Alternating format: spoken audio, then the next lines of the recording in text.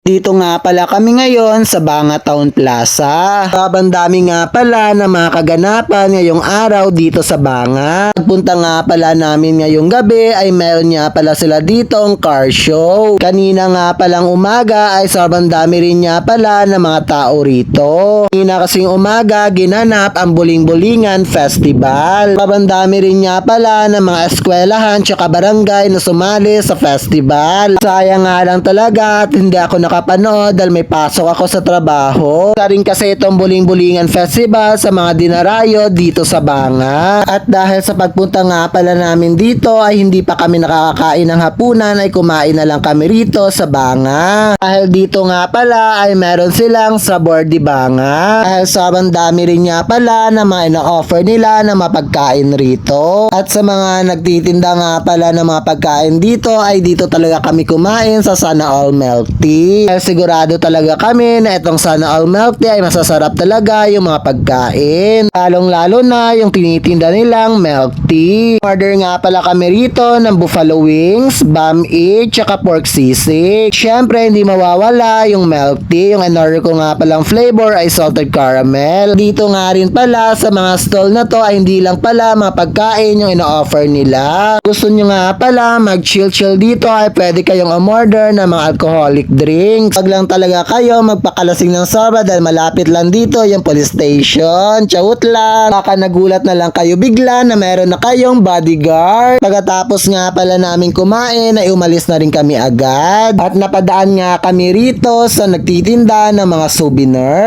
At nung pauwi na nga pala kami ay hindi pa pala natatapos itong sadsad. At patapos na nga pala itong mini vlog ko na to ay hindi ko pa pala sa inyo nasabi kung ang meron dito sa Banga. Dahil Labor Day nga pala bukas ay ipagdiriwa nga rin pala dito sa Banga ang kapistahan. Dahil bukas na nga pala ang kapistahan dito kaya sobrang dami talaga ng mga kaganapan ngayong araw. Ito talaga yung mga inaabangan ng mga taga-Banganhon. Kaya happy fiesta Banga the Beautiful!